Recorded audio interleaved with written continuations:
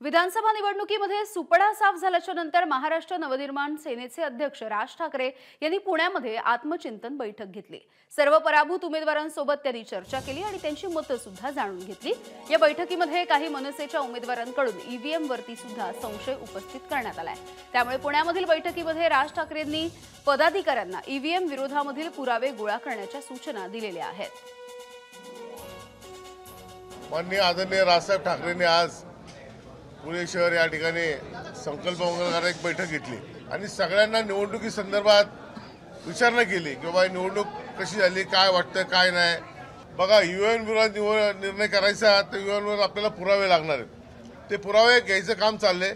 जसे पुरावे मिळतील तसे होईल, त्यानंतर ईव्हीएम मशीनवर आपण त्या ठिकाणी सगळं आदरणीय राजसाहेबांनी या ठिकाणी सगळ्यांकडनं 1 to 1 ऐकून घेतलंय।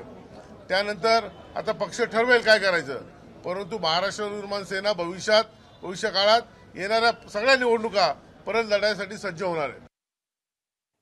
तर मनसेच्या बैठकीमध्ये नेमकं काय ठरलंय बघूयात।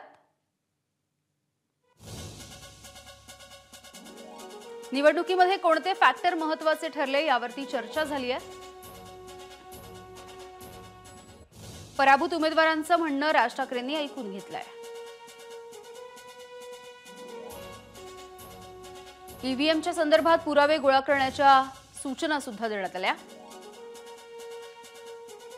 ईव्हीएमच्या संदर्भात पुराव्याच्या आधारे नवी बैठक घेऊन रणनीती आखली जाईल।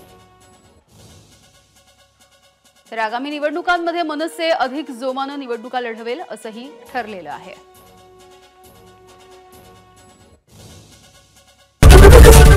एबीपी माझा, उघडा डोळे बघा नीट।